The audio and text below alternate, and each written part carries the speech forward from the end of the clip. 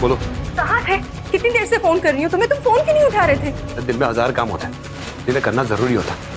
अब पूरे दिन बैठ के तुम्हारे फोन का इंतजार तो नहीं कर सकता ना। तो एक बार मैसेज कर देते, मैं बार बार फोन करके तुम्हें परेशान नहीं करती ना। आई एम सॉरी अगर मेरी वजह से कोई परेशानी हुई हो तो। पर साकिब, आज मुझे तुमसे मिलना है, प्लीज मुझसे मिलो। अरे कल ही तो आया था, आज क्या मिलना? हाँ, बड़ी मेहरबानी। वही 20-25 मिनट के लिए ना, वो भी अगर मैं नहीं जबरदस्ती करती ना तो तुम तो 2 मिनट में निकलने की ताक में थे। साकिब प्लीज समझने की कोशिश करो, वो डॉक्टर्स की रिपोर्ट आई है, प्रेगनेंसी में कुछ कॉम्प्लिकेशंस है। मुझे तुम्हारी जरूरत है, तुम प्लीज आ जाओ। मैं ये सब कुछ कैसे संभालूं अकेले? अगर तुम बिजी हो ना, तुम नहीं आ सकते तो कोई बात नहीं, मैं आ जाती हूँ तुमसे मिलने के लिए। अरे तुम चाहती क्यों? अपना काम काज राजनीति छोड़ के तुम्हारे आगे पीछे मंडराता रहूं? किसने कहा था तुम्हें प्रेग्नेंट होने के लिए? हर रोज एक नई प्रॉब्लम लेके आ जाती हूँ, तुम्हारा दिमाग खराब हो गया। तो ये मेरी गलती है, सारा कसूर आपका है साकिब। उस वक्त तो बहुत मीठी मीठी बातें की थी आपने। साकिब, ये होने वाला बच्चा जितना मेरा है ना, उतना ही आपका भी है। और मैं कहाँ कह रही हूँ कि सब कुछ छोड़ छाड़ के मुझे संभालने के लिए आई है। पहली बार माँ बन रही हूँ, मुझे बहुत डर लग रहा है साकिब। मैं सिर्फ आपका साथ चाहती हूँ, प्लीज आज मुझसे मिल लीजिए। अनन्या देखो, मैं समझ सकता हूँ तुम अकेली महसूस कर रही हो, लेकिन मुझे भी समझने की कोशिश करो। देखो, कल का दिन मेरे लिए बहुत मायने रखता है। बड़ी बेसब्री से इस दिन का इंतजार किया मैंने, ऐसे नहीं छोड़ सकता हूँ मैं। और तुम चिंता मत करो, अगर तुम्हें बच्चा रखना है तो रखो, मैं अबॉर्शन कराने के लिए भी नहीं कहूंगा। बस एक दिन दे दो। वो क्या है कि शाम को बहुत इंपॉर्टेंट काम है, कल सुबह आके मिलता हूँ तुमसे, और फिर बाद में बैठ के बात करेंगे ना क्या करना है। लेकिन आज ऐसा कौन सा इंपॉर्टेंट काम है जो आप नहीं मिल सकते? अरे तुम्हें पता नहीं, पार्टी में ये बात सीक्रेट रखी गई है। वो क्या है कि हाई कमांड के कुछ लीडर्स आ रहे हैं अपने एमपी के उम्मीदवार चुनने के लिए। तुम तो जानती हो कि मैं एमपी बनना चाहता हूँ। अब इस मौके को अपने हाथ से कैसे जाने दूं? क्या है कि शाम को उनके साथ बैठूंगा और उन्हें इम्प्रेस करने की कोशिश करूंगा। अच्छा ठीक है, कोई बात नहीं, फिर हम लोग कल सुबह को मिलते हैं, लेकिन कल सुबह को पक्का। हाँ ठीक है, मैं कल सुबह मिलता हूँ। Okay bye. चलो, इस वक्त तो भला टल गई। आज संगीत है, मेहंदी वाले दिन तो उस रवि ने बवाल मचा दिया था। मैं नहीं चाहता हूँ संगीत में ऐसी कोई गड़बड़ हो, इसीलिए अनन्या और रवि को इस जश्न से दूर रखना होगा। लेकिन इस अनन्या का जल्द से जल्द कुछ करना होगा, बहुत बड़ी मुसीबत बनती जा रही है मेरे लिए। जरा सी ऐश क्या कर ली, बच्चे की धमकी दे रही है मुझे। इससे पहले कि ये मेरे और देविका के बीच में मुसीबत बन के खड़ी हो जाए, इसका कुछ करना होगा। अरे अच्छी दिख रही है, मतलब भाभी आखिर बीवी किसकी है भाई, चॉइस किसकी है? हाय क्यूटी। अरे मजा। कहाँ पे हो? अरे इनविटेशन की क्या जरूरत है यार? वो लाइट भी तो ऑन करवा। ओए ये क्या औरतों वाला कुर्ता पहना है तूने? वो तो नहीं पहना जो कल लाया था। वो शादी के लिए बचा के रखा हुआ है ना। लो जी आ गए।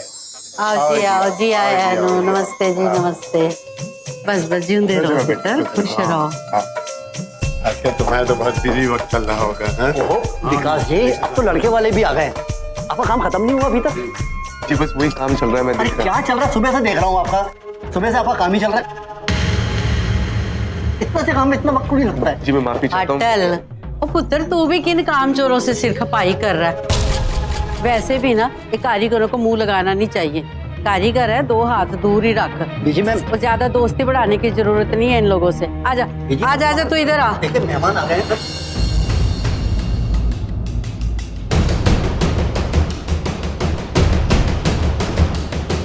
कितनी मेहनत कर रहे हैं विकास, और ये खूसट बुढ़िया जान जान के मुझको सुना रही है।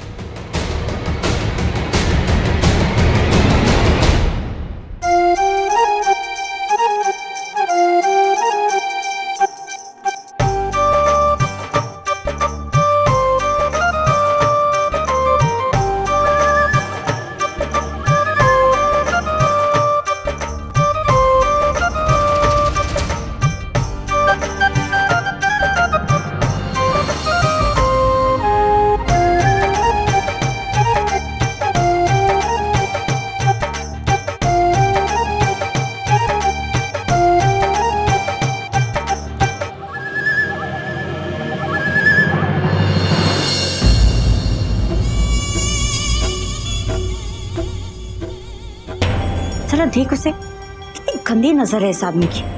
कोई भी लड़की से लाइक नहीं करेगी। तुझे पता है देविका दीदी इसे बिल्कुल लाइक नहीं। चुप कर साक्षी, प्लीज यार, एटलीस्ट ये फंक्शन तो अच्छे से हो जाने दे। डोंट वरी सिस्टर डार्लिंग, तो देख इस फंक्शन की शुरुआत तो मैं बहुत अच्छे से करूंगी।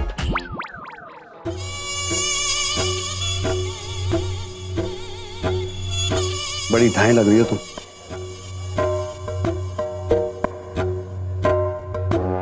दी, कितनी प्यारी लग रही है तू, किसी की नजर ना लगे। अच्छा सुन, रवि नहीं आया अब तक? तुझे पता है वो कब आ रहा है?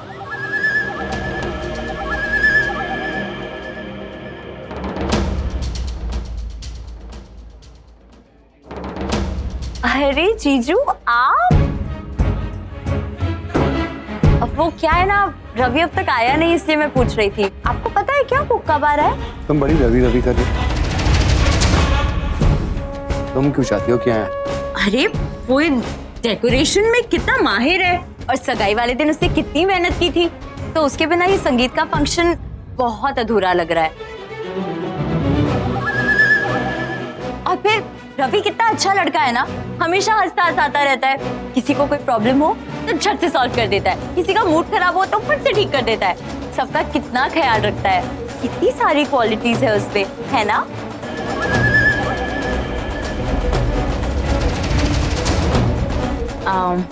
लगता है आप दोनों को ही नहीं पता कि वो कब आने वाला है। मैं एक काम करती हूँ, मैं ही उसे फोन कर लेती हूँ और उसे कह देती हूँ कि ये संगीत का फंक्शन उसके बिना बिल्कुल डर लग रहा है, तो वो फटाक से आ जाए, ठीक है?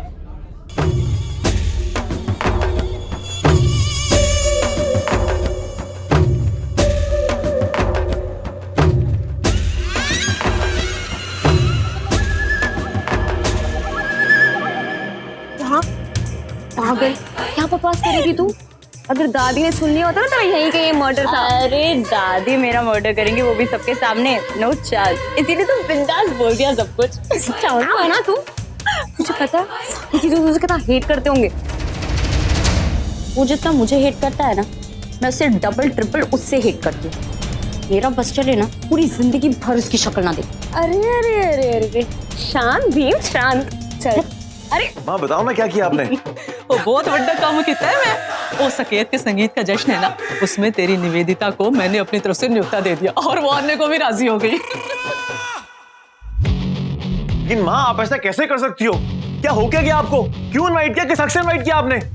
अरे जिस फंक्शन में हम लोग इनवाइट नहीं है, आपने सीधा उसको बुला लिया वहां पर। माँ क्या हो क्या दिमाग में चल क्या रहा है आपके? आग लगी पड़ी है मेरे दिलो दिमाग में, खून खौल रहा है मेरा।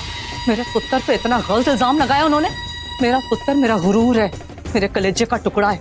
कोई उसके बारे में कुछ बोले मैं बर्दाश्त नहीं कर सकती। अरे पुत्र तू हीरा है, हीरा।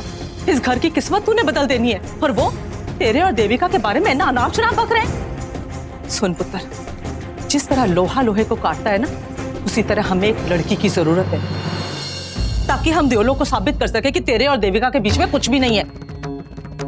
और वो निवेदिता जब उनकी आंखों में चमकेगी ना, तो बिजली का झटका लग जाना है देवलों को। क्या कहा आपने? दूसरी लड़की? माँ आप मेरी बॉस का इस्तेमाल करेंगी देविका के परिवार को नीचा दिखाने के लिए? हाँ मैं करूंगी इस्तेमाल। तूने बिल्कुल सही सुना है और सही समझा है। और सुन, ये मेरा फैसला है और अब इसे कोई बदल नहीं सकता। तू मेरे साथ संगीत में आएगा। माँ आप ऐसा कुछ नहीं कर सकती। माँ वो रात चलती हुई लड़की नहीं है, लूथरा कंपनी की मालकिन है, मेरी बॉस। अगर उसे इस बात के बारे में मालूम हुआ कि आप उसका इस्तेमाल कर रही हैं, तो मालूम है क्या होगा? नहीं पुत्र, वो कुछ भी नहीं करेगी। वो पुत्र, वो तो बड़ी खुश हो गई संगीत के नाम से। वो कहने लगी उसने बरसों से हिंदुस्तानी शादी नहीं अटेंड की है, तो वो जरूर आएगी। बड़ी खुश थी जी, बड़ी खुश। उसे सच में शादी देखने में इंटरेस्ट है। और पता है, जब उसे पता चला कि देविका का संगीत है, तो उसको तो पता है देविका उसके दफ्तर में काम करती है, तो उसने कहा जी मेरा तो खुद बड़ा मन है देविका से मिलने का, तो तू क्यों परेशान हो रहा है? हाँ देखो माँ आपको जो करना है करो, लेकिन मुझे इन्वॉल्व मत करना, मुझे अपनी प्लानिंग से दूर रखना, क्योंकि अगर वहां पर कुछ गलत हुआ तो मैं आपका साथ बिल्कुल नहीं दूंगा। मैं पहले ही बता रहा हूँ आपको। एक तो आपका प्लान पहले से गलत है माँ, और ऊपर से देविका के फंक्शन में मैं अड़चन नहीं चाहता। माँ अभी भी टाइम है, प्लीज अपने दिमाग से सारी बातें निकाल कर बाहर फेंक दो, क्योंकि मैं इस फंक्शन में नहीं आऊंगा मतलब नहीं आऊंगा, ये मेरा आखिरी फैसला है। ओ पुत्र सुन, वो जब वो इतनी लंबी गड्डी वाली लड़की, इतनी बड़ी कंपनी की मालिक हमारे साथ खड़ी होगी, तो देवलों की गर्दन तो वैसे ही शर्म से झुक जानी है। और पुत्र उनकी हेकड़े निकलते देखने में कितना मजा आएगा। तो सुन पुत्र, रवि सुनता भी नहीं है, फिर तेनू यह भी पता चल जाएगा कि वो इतनी बड़ी कंपनी की मालकिन मेरे पुत्र के बारे में क्या सोचती है। और अगर वो वही महसूस करती है जो मैं चाहती हूँ वो महसूस करे, तो फिर वो इतनी लंबी गड्डी वो हर टाइम मेरे घर के बाहर खड़ी होगी। क्या पता मैंने सगाई में गिफ्ट ही कर दे, उनके पास तो 50 होंगी। अरे अरे कहते अलादीन का चिराग लग गया मेरे हाथ। मैं मौका हाथ से नहीं जाने देना है। संगीत में रवि को निवेदिता के साथ होना ही चाहिए, नहीं तो काम नहीं बनेगा। तेनू आना ही पड़ेगा पुत्र, तेनू संगीत में आना ही पड़ेगा।